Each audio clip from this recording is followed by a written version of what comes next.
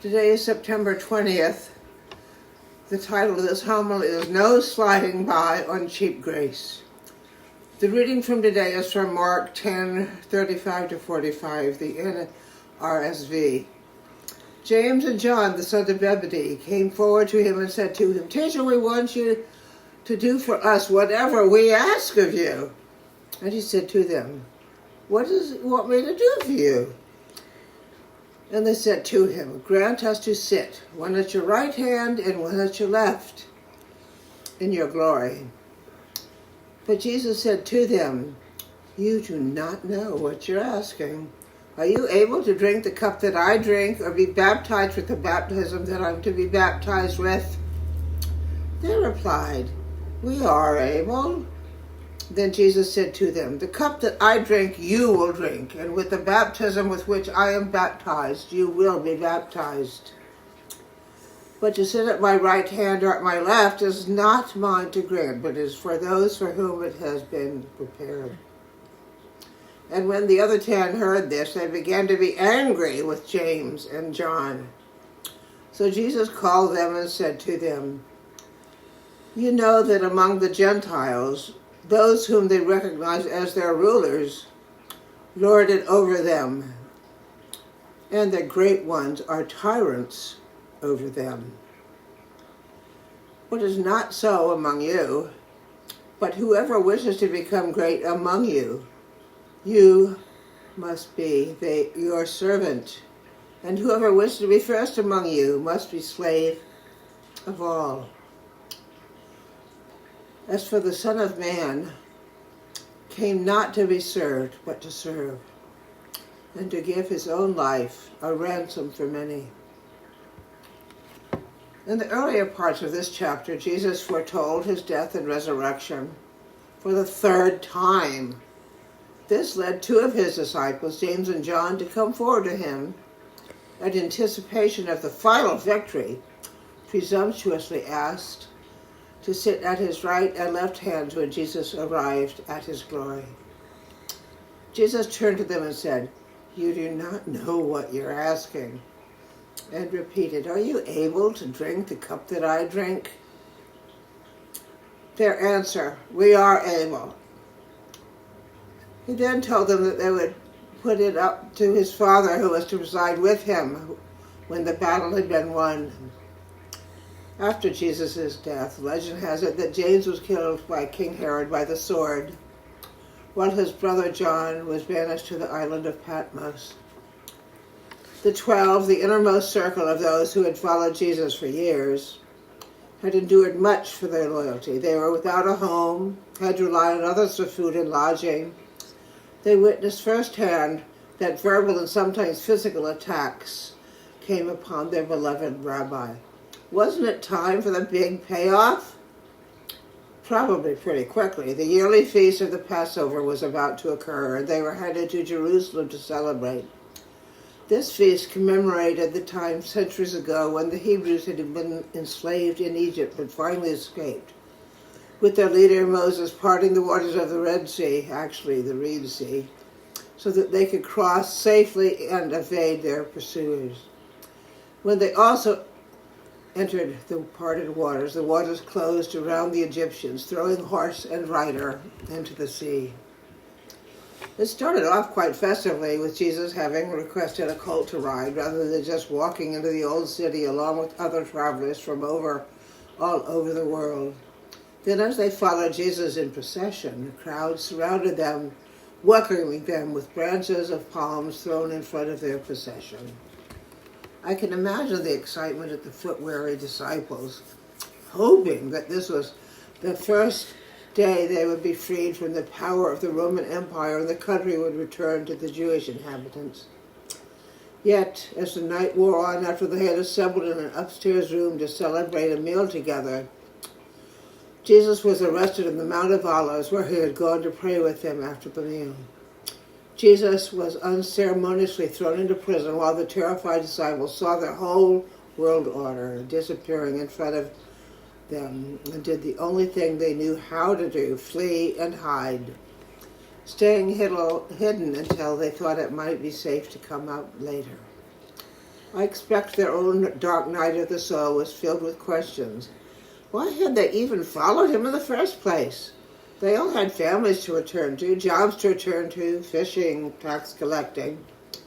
Their expectations of reward for all their devotions, struggles, and foot-weary days had just exploded in their faces. They would probably feel lucky just to escape Jerusalem and find their way home, where their lives would just take up the daily rhythm it had before this peripatetic rabbi had called them out of it. Had they been deluded, hypnotized, crazy? I expect the same dilemma occurs more than once to those of us who call ourselves followers of Jesus. What is that we think that is enough? What is sufficient for us to still be considered disciples? There must be some hard and well-defined on the right side or on the left side, right? Well, no. This was a basic question that the German theologian Dietrich Bonhoeffer kept asking himself. When the German atrocities broke out before the official beginning of World War II, Bonhoeffer was teaching in the United States, where he had no threat of danger. It would have been very easy for this world-renowned theologian to just stay there and continue teaching, praying for those he loved at home. But he no longer believed in what he had decided to call cheap grace. It was not enough to be baptized, maybe attend church, to call himself a Christian, to keep one's eyes shut and ears covered as the entire world entered into chaos and despair. He wrote that every moment in every situation challenges us to action and to obedience. We have literally no time to sit down and ask ourselves whether so-and-so is our neighbor or not. We must get into action and obey. We must behave like a neighbor to him. He also said, cheap grace is the preaching of forgiveness without requiring repentance, baptism without church discipline, communion without confession, absolution without personal confession. Cheap grace is grace without discipleship, grace without the cross, grace without Jesus Christ, living and incarnate. Every moment in every situation challenges us to action and to obedience. We have literally no time to just sit down and think to ourselves whether so-and-so is our neighbor. So he left his comfortable and ensconced life in the United States and boarded a boat heading into the maelstrom of hatred and evil. He did what he could to oppose the growing Nazi regime and the Christian nationalism that had taken hold of his beloved Lutheran church.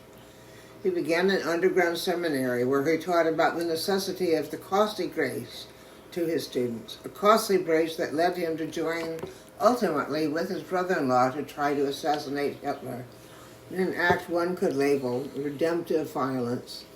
It was a step not taken lightly, but in full awareness of the possible consequences. He was apprehended after the assassination failed, imprisoned for almost 2 years, where he continued to write, then one day near the end of the war, taken naked from his solitary cell and hanged by the neck until he was dead. Cheryl and I have often talked about what that line of costly grace might cost us. We decided that we would be willing to be imprisoned for standing up for women's rights to their own bodies.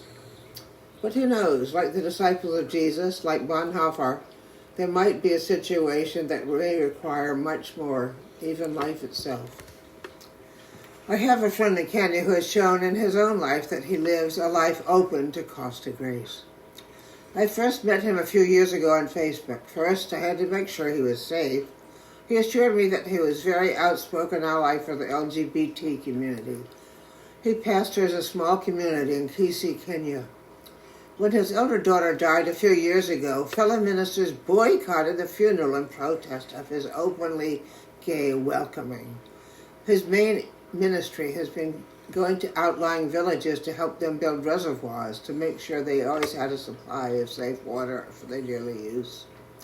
After a while, I told my friend Fauna about him and the two connected.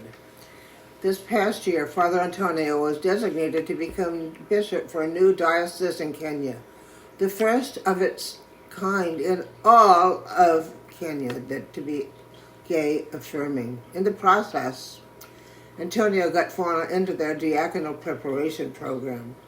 The ordination of Antonio to bishop and Fauna to deacon in this all-inclusive new community is scheduled for February 15th. We three had been forging ahead in our dream to have Fauna come to the United States. Well, she got her Master of Theology from St. Paul's University in a couple of months. She will complete it probably by next month. But then this happened. Antonio was arrested more than 2 weeks ago, and he was just released on bail this past week. Here is the information that has been posted about his arrest and subsequent imprisonment. Written by Archbishop Christina Rake, the presiding and primate of the American Apostolic Old Catholic Church. Here is a picture of Antonio on his GoFundMe page while I read about him. She wrote, "God is no respecter of persons, as Paul says, and neither is the Catholic Church in exile. We serve all without restriction. We have a large presence in the African nation of Kenya. There, our Bishop-elect, Father Antonio, leads a large group of ministries. Our ministries are inclusive, and he assists a group of people committed to equality for LGBT persons. This group of ministries and ministers works to relocate, assist, and reach out to the LGBTQ+ community. They also assist unwed mothers, orphans, and others in need of assistance. These are wonderful people doing good works for the poor and oppressed. Over the summer, amid extreme unrest because of economic difficulties in Kenya created by an exorbitant interest rate imposed by the World Bank on loans to Kenya, several protests broke out. One of the major scapegoats for the difficulties in the country was the LGBTQ community. Various bills had been proposed illegalizing not only being one, but even being active supporter, and they were very existence of gay and trans persons, all based on very conservative and inaccurate interpretations of the Bible. Many were killed. Our community had to operate with extreme caution. Approximately 6 weeks ago, a gay man in Kisii suffered from an attack by arsonists. His home was burned to the ground. Hearing this, Father Antonio rode his motorbike to the location in order to visit the man and see what could be done to help him. This was not an exercise of activism per se, but a priest going to console someone who had been wrongly harmed. As Father Antonio arrived at the location, a group of young thugs surrounded his bike and began to attack him physically. Father Antonio rode the bike away, barely escaping. In doing so, one of the young men was hit by the motorbike during his attack on our priest. This looked very much like a setup to harm or kill our priest. Father Antonio had to abandon his bike and run to hide to save his life. The family of the young thug harmed during the attack accused Father Antonio, accused him of hurting him, and demanded payment for his hospital bill. We believed we'd sorted out the situation calmly despite the police seizing Father's motorbike. Then 4 weeks ago, Father Antonio had the equivalent of a warrant placed out for his arrest. The charges are for the arson itself and for harming his attacker to save his own life. The police are a national unit, and this is one of many arrests of LGBTQ persons and activists across the country. There is a serious miscarriage of justice occurring. The cash portion of the bail is $1,500. Another bond exists that can be offset with a title deed. Our people in Kenya are to handle the situation. We ask you to assist us in saving his life, paying his bail, and securing legal counsel for him. He has so much more work to do. He is placing his life on the line daily for people he does not even know. He is a true servant of the gospel. Please assist us." Again, this was the presiding Archbishop Christina Rake as the primate of the Apostolic American Old Catholic Church. So on Wednesday this week, Antonio was finally released from jail. While I'm overjoyed by his return to his home and to his family, his fate still lays in the balance. I do not know if or when he will go to trial, if he will be convicted or acquitted. I do not know if the planned ordination ceremony for him and Fauna will actually happen. What I do know is that he steadfastly chose costly grace over cheap grace. He lives that out every day. I was finally able to connect with Antonio on Thursday. He told me he had been released and thanked me for my financial contribution. How could I not have? I then told him he was the subject of my homily today. His response, I am humbled. He has become my little brother through the mystery of the internet. Our hearts are intertwined. He has a trial date set for a few days from now, but for both of us, we cannot dwell on tribulations and blessings of a future date. At the rising of the sun, later for me and even later for Cheryl, we give our attention to the unfolding of the mysteries of the day. That same daily challenge is up to each one of us who declares that we are Christian. Do we believe only in cheap grace, or are we willing to embrace costly grace?